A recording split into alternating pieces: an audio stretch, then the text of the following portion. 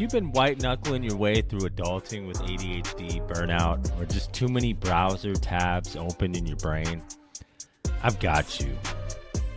Let's hop on a free discovery call where we'll talk ADHD, purpose, and how to stop feeling like a walking to-do list. No weird sales pitches, just real talk. Fierce kindness. Book it now at youradhdguy.com. That's youradhdguy.com. Your future self will high five you for it. Yeah.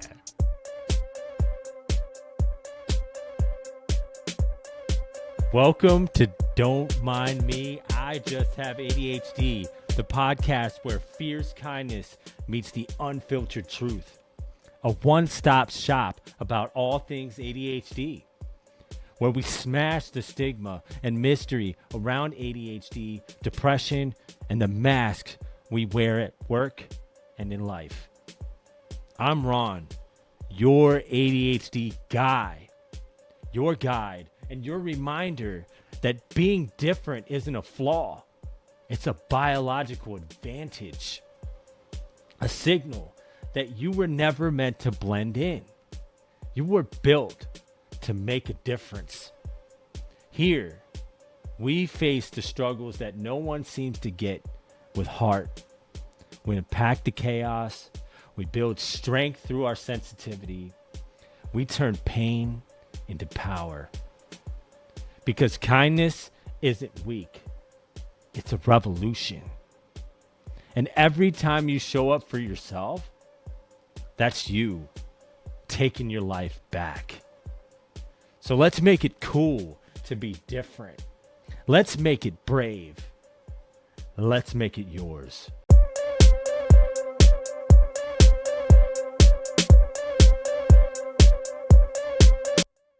Hey friends, welcome back to Don't Mind Me, I Just Have ADHD. This is part 4 of our series on ADHD and trauma. If you missed last week's episode, I really encourage you to pause here and go back. In that one, we broke down the shame cycle, how ADHD traits like emotional dysregulation, time blindness, and disorganization often gets mislabeled as laziness, irresponsibility, or being too sensitive. We talked about how those patterns aren't flaws, they're actually creative adaptations, and how vulnerability is the antidote to shame. So if you haven't heard that yet, definitely pause here, check it out. It sets the stage for where we're going today. Because here's the thing, the story doesn't end with us. Shame didn't start with us. You heard that right. Many of our parents were carrying their own shame and trauma, and without even realizing it, they passed it down. And then there's the bigger story, how ADHD got tangled up in the pharmaceutical industry, shaping not only how we're treated, but how we see ourselves. We're taking it there today.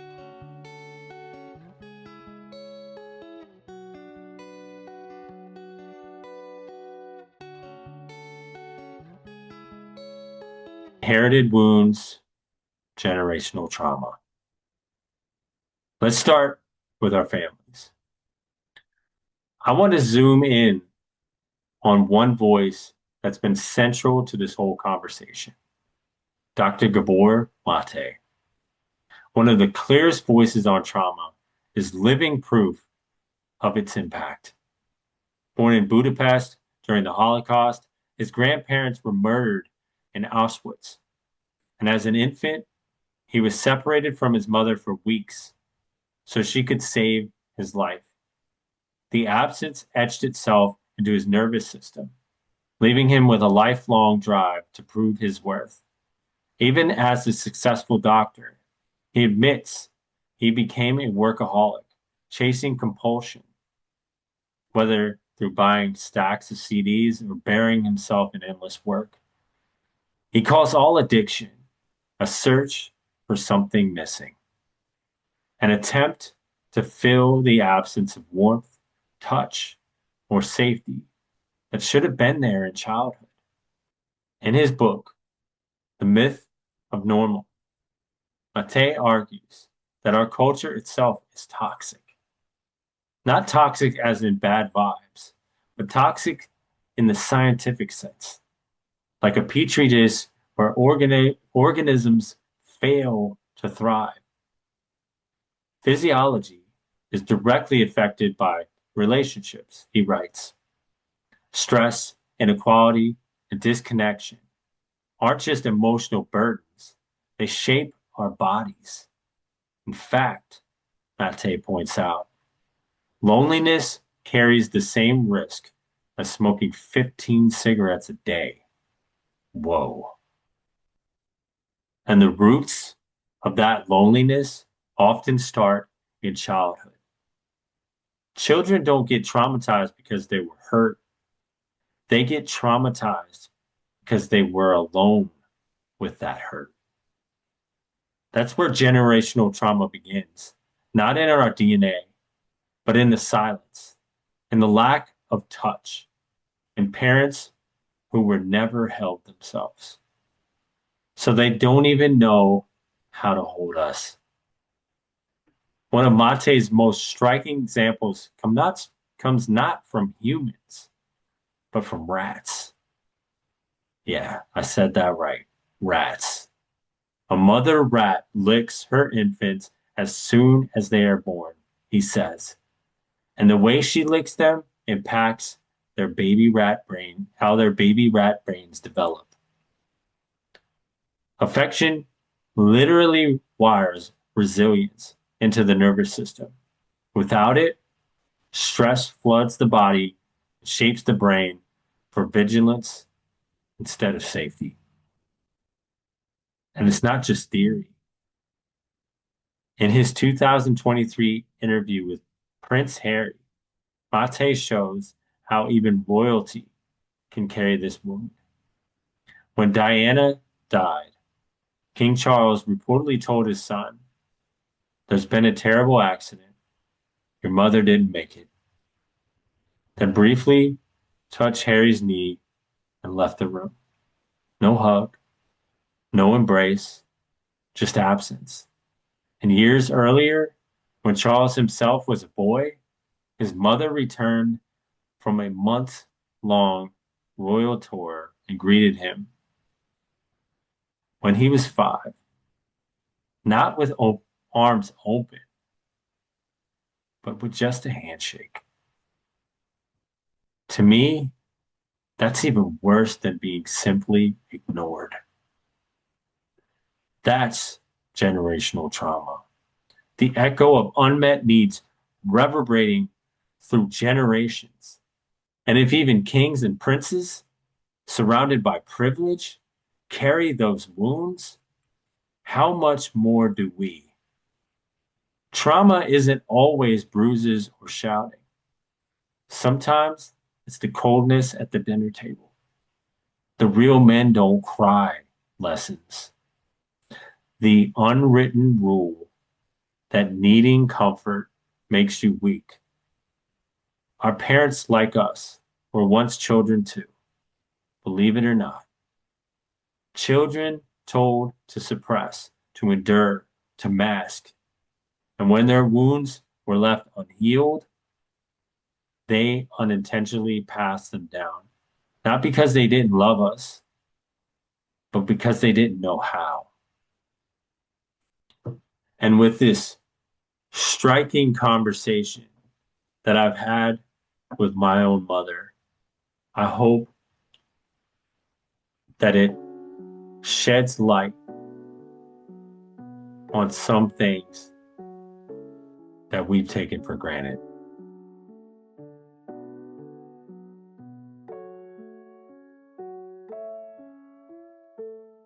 I'm here with my mom.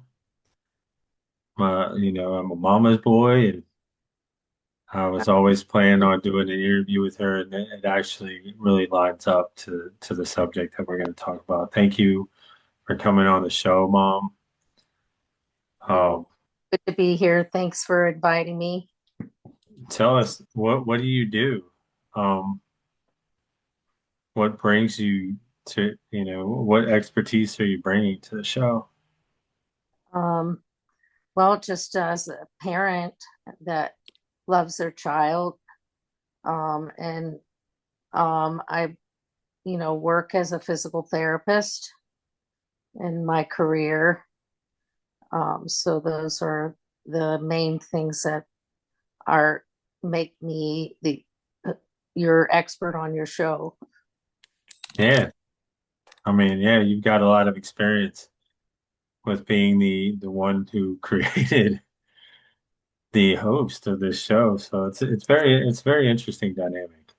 Yes, Um, agreed. so so what is your experience with, raising me with ADHD or recently? Or Um, more about the focus on raising me. well, I mean, I think um, for a while it was more um I noticed you had more trouble trying to make friends and getting teased by others.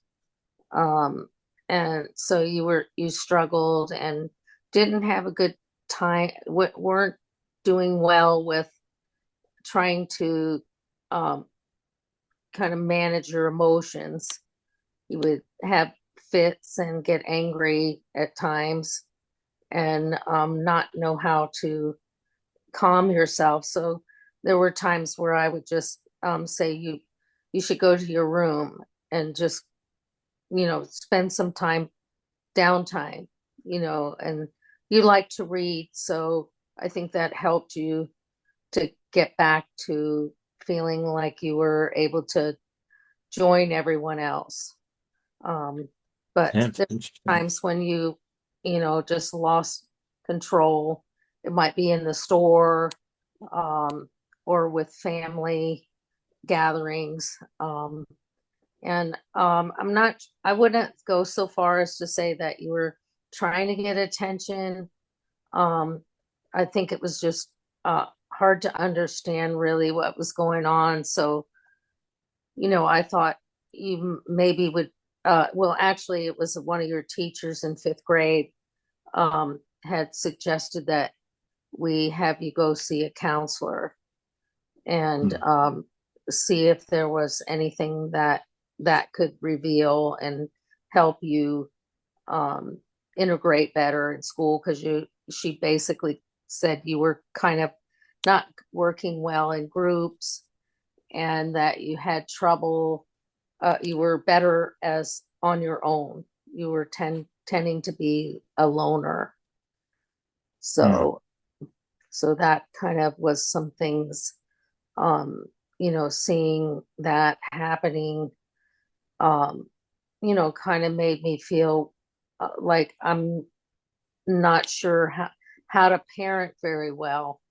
It made me humbled for sure, as trying to be the best parent you can be, when you're really not sure if you're doing things that are helpful, you know, wanting to know what those things are and not really having the answers.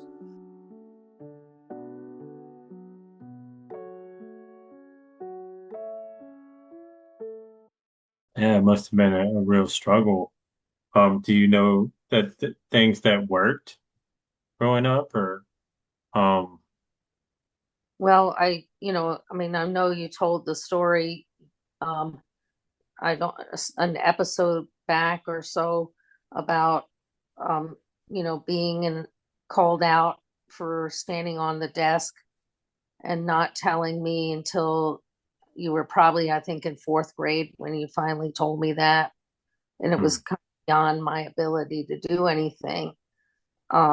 So I think, um, with my own set of problems, I think, trying to bring, go to see someone in the school system to find help. I really didn't feel like I had that kind of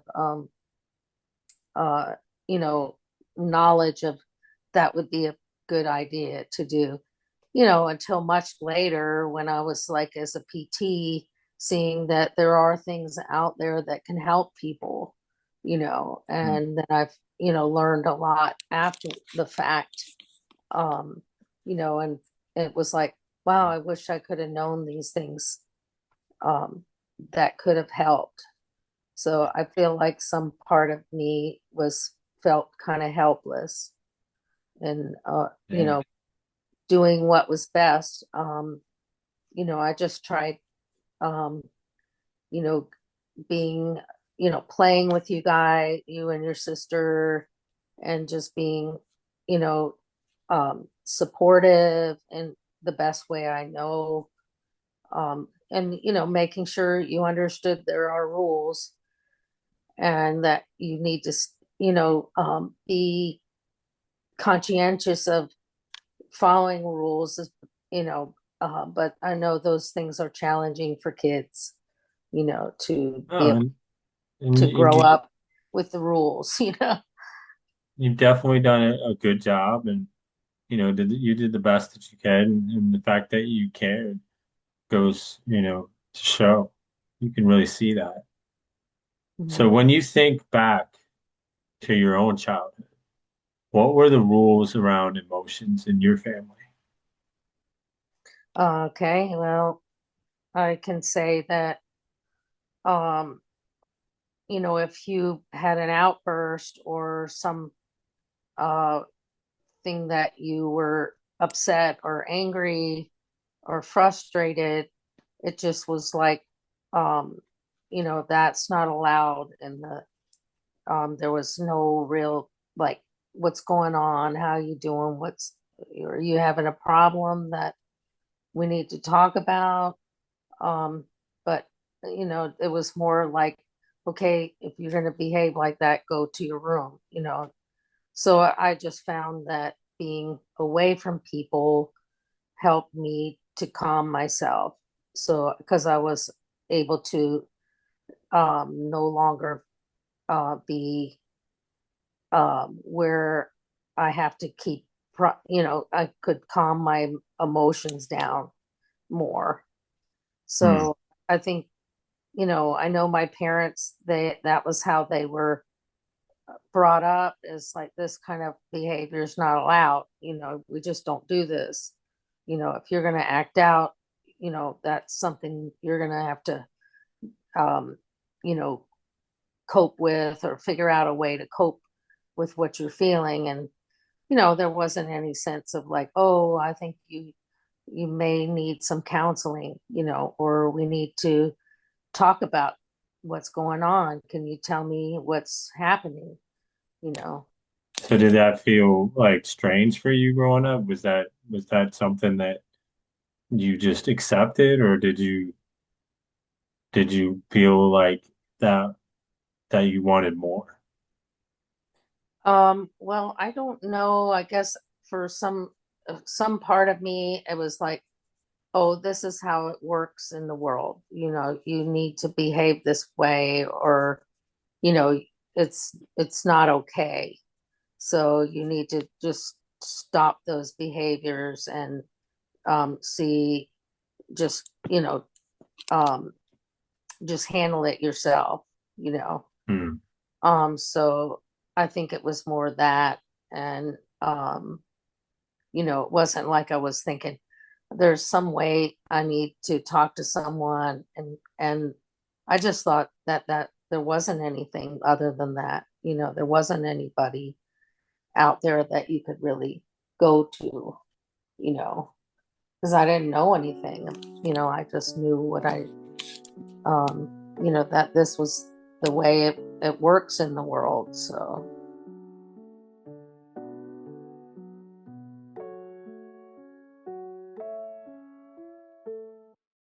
So how did you feel when like those big emotions came and you couldn't express them? Was there uh, anything that you felt like there was a feeling you couldn't express? well, I think I just learned really quickly to just stuff it down really deep. Hmm.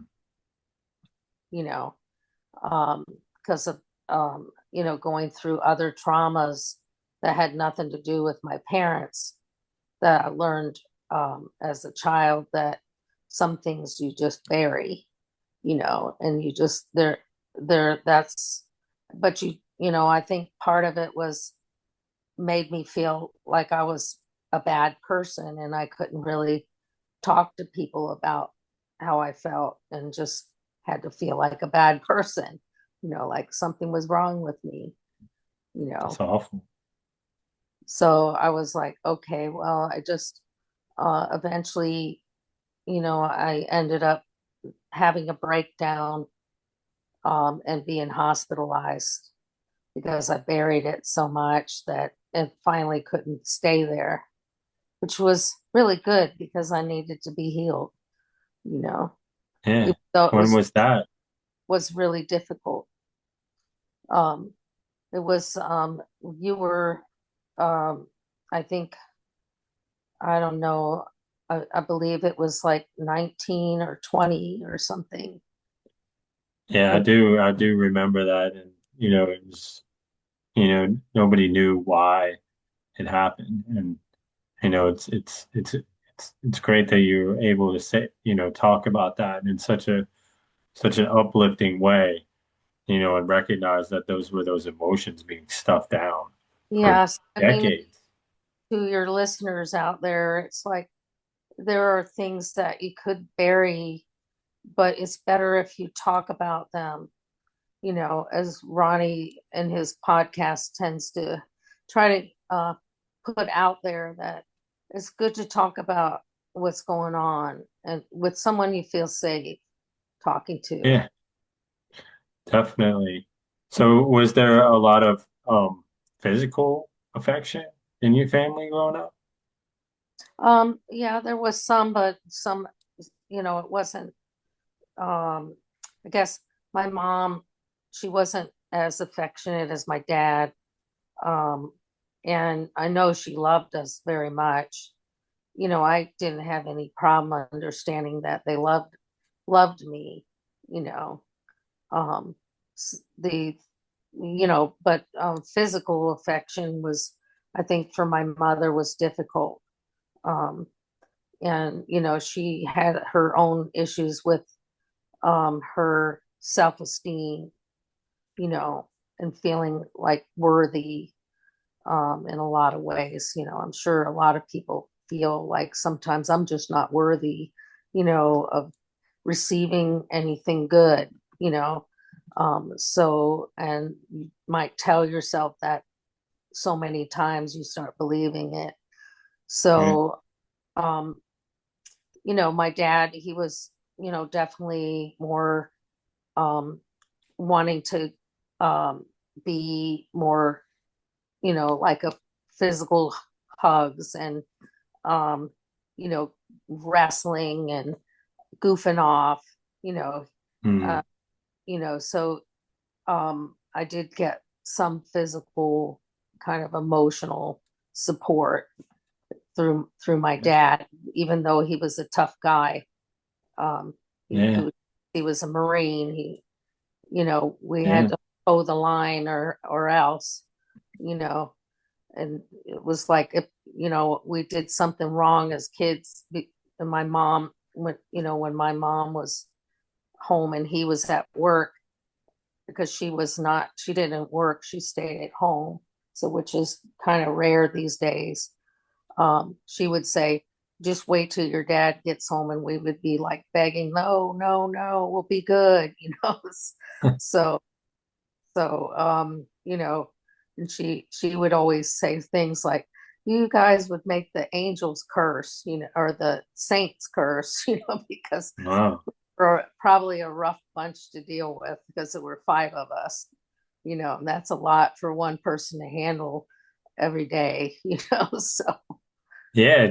So where do you think that your mom's or grandma's um low self-esteem came from? Like, well, I know you ever talk about it? there were things that happened to her as a teenager, and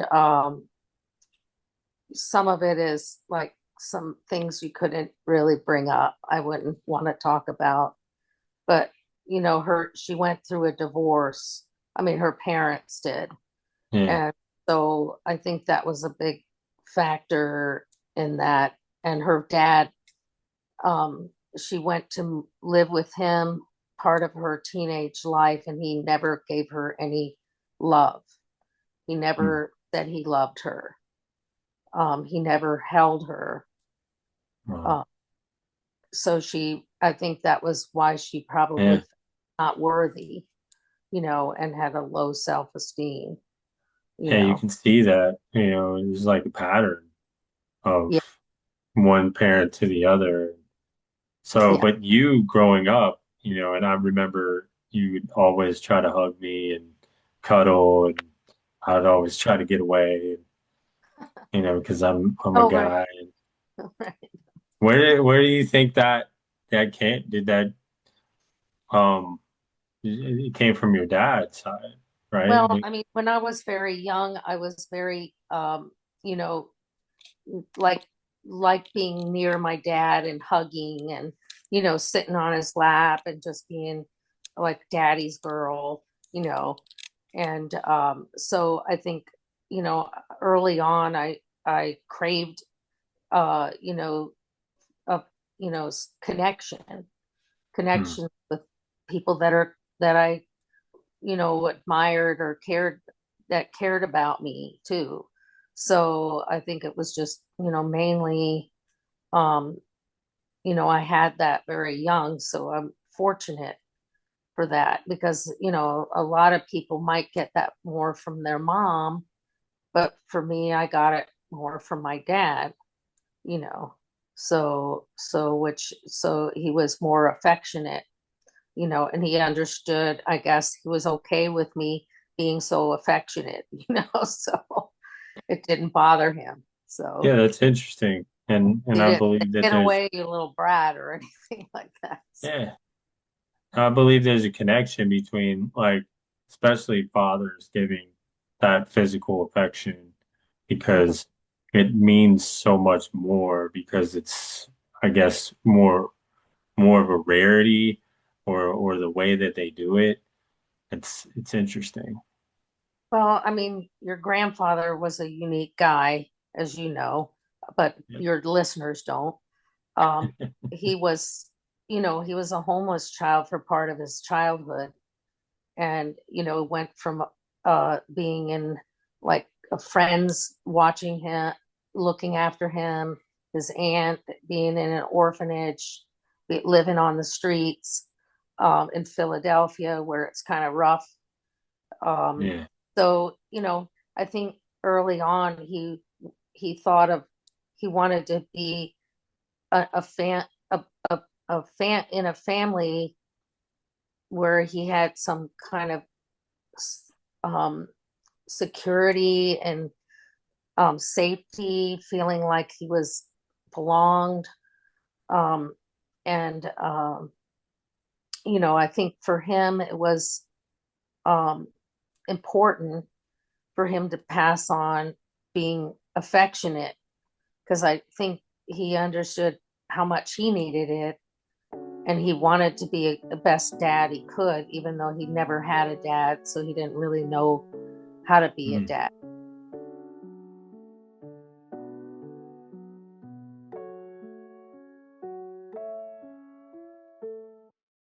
So, so he, worked on that. He cared about being a good dad and making sure his kids grew up well and had good things for them. Yeah, he definitely showed that love to all his children and grandchildren. And, I've always like I carry this around and wear this, and it's his. For those that don't know, it's actually his thumbprint. And I try to be like him, the best parts of him. Um, he's made a real big impact in my life, and I believe that it's that affection. Like he's really tried. He definitely had his, shortcomings, We all do. But, he really didn't allow that to get in his way of being the best he could be and leaving a legacy. Yes. Yeah. So yeah, that I think, part of the thing growing up, I wanted you to know who your grandparents were, even though we didn't live in the same town. So I, during the summers, wanted you to spend time down there to see, these are the people where I come from, you know, um, and have some kind of feeling of like we are a family. We need to be, a family needs to Yeah. time together, or they don't know who they are, where they come from. And I thought that was valuable. So that was one of the things that I tried to do, um, since I couldn't move near them and you couldn't grow up around them. That was the best thing I think I could do. Yeah. And it was good. I remember those times fondly. And but to kind of rewind back, like, so when I was in, before I was born, was there a lot of stress that you went through during that time, if you can Well, I mean, remember? before you were born, there was, I had been, um, having Like when trouble. you were pregnant with me.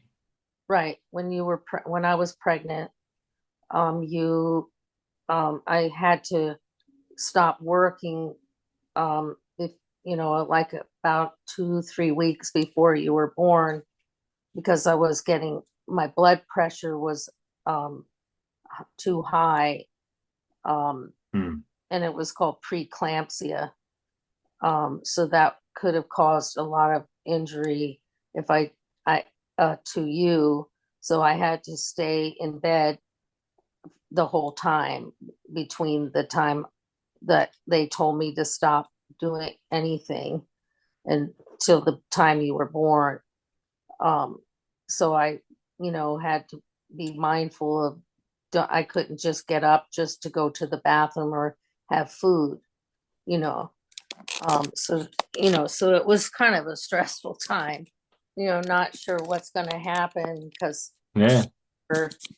you know, I wasn't sure because I was quite kind of young when I had you, so I really didn't understand like all the medical stuff and what all that meant. But I just wanted to make sure I did everything I could to have you Yeah. be as healthy as you could. It And then must have been scary. during your birth, my your heart rate went too low.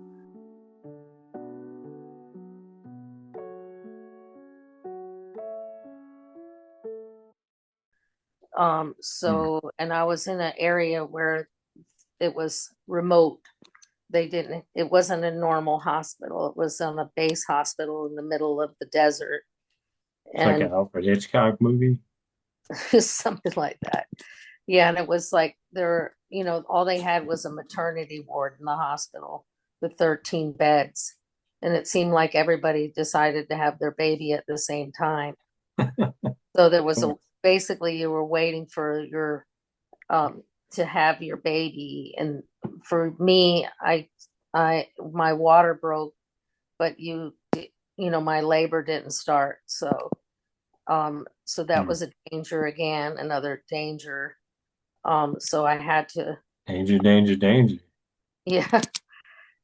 So they had to induce my labor. So so they kind of timed it so it was in between um other women having their babies. So Wow. It's a and, very stressful time. and then also they couldn't read your blood pressure, I mean your heart rate. So I had to lay on my side and they had to put an internal monitor on to read it properly. And you were under distress, basically. That's what that meant. when the heart rate is low on a baby, the baby is in distress.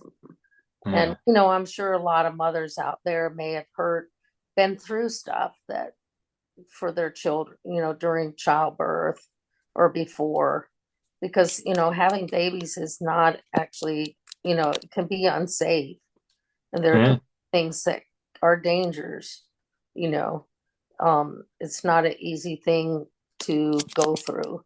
But I ended up, they were able to deliver you, but you're, somehow your head had gotten compressed coming out of the birth canal, so it, but it reshaped. It wasn't, so I don't know, there were things that happened. They said the cord was wrapped around your neck during that time, so I guess when you were delivered, Wow. they kind of took the cord away from your neck, to so it wouldn't strangle you, basically. Hmm.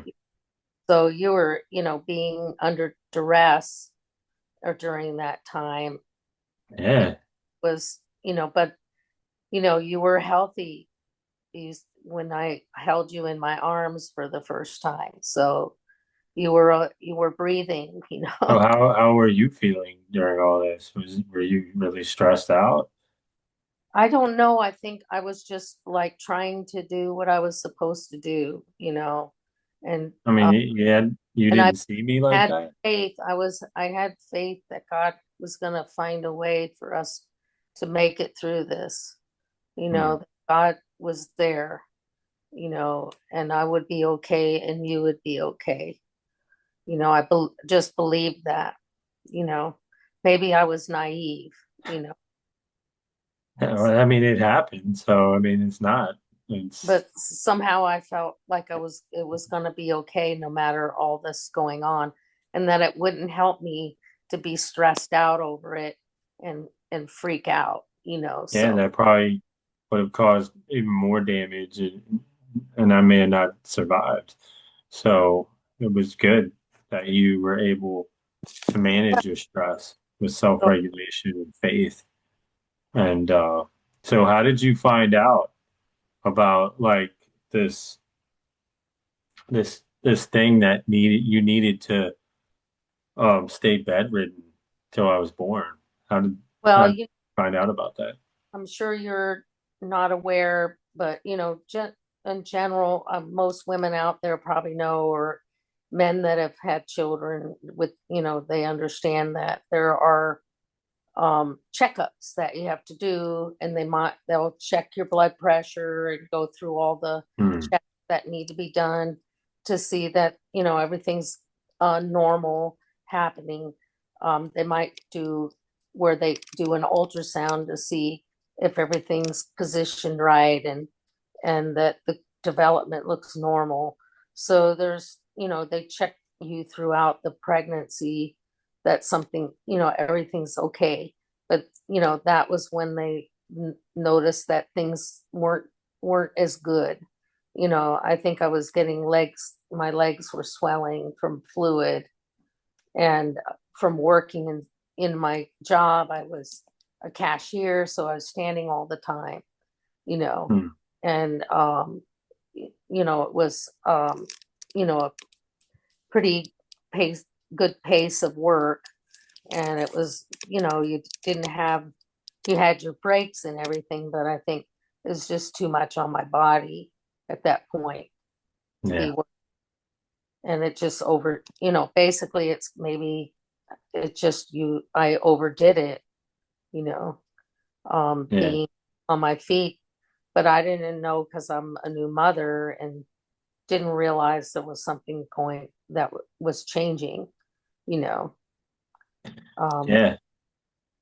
so you're going to your prenatal checks are like vital to the health of your unborn children. So yeah, do you remember moments where you felt pressure from like teachers or society about how I should behave?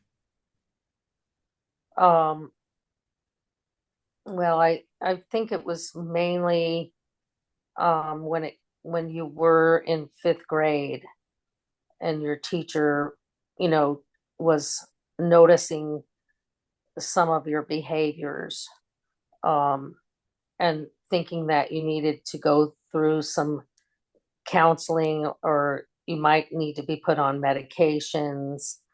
And yeah, so I think, there was that pressure of like, should I should I do this? Is that going to be a problem if I don't put my child on this medication, and then later they're going to wish, like, why didn't you do this, mom?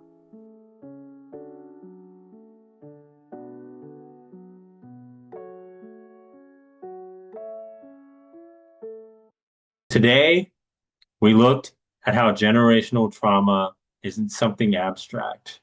It's something carried in silences, in handshakes instead of hugs, and parents doing the best they could with what they were taught. It echoes through families, not because of lack of love, but because of lack of tools, lack of support. And that's where we'll pause for now, because this story doesn't end here. Shame doesn't just flow down family lines. It gets magnified by the culture we live in and the industries that profit from our pain. Here's my challenge to you before the next episode. Download my self-discovery journal. The link will be in the show notes. Use it to notice one belief you think was handed down in your family, like real men don't cry, or you're only valuable if you achieve. Write it down, then ask yourself, do I want to keep this? Try sharing one small moment of honesty with someone safe. Even a text like, hey, I'm realizing I've been carrying shame that isn't mine. Connection is how we break cycles. And if you want support as you do this work, you can always book a free strategy coaching call with me at youradhdguy.com. And don't forget, Saturday nights, we gather live on TikTok with the Kindness Circle at ron.solo1. Follow me, share it, tell it to your friends, to somebody that you know needs it. Bring your stories of kindness, or just bring yourself. We're in this together. You don't want to miss it. But next week, we're stepping into a much bigger conversation. One that might make you a little angry. Because it's not just our parents who handed down shame. It's an entire industry. And the invisible bars it built can feel worse than a life sentence. You don't want to miss it. As always, share, and may the source be with you.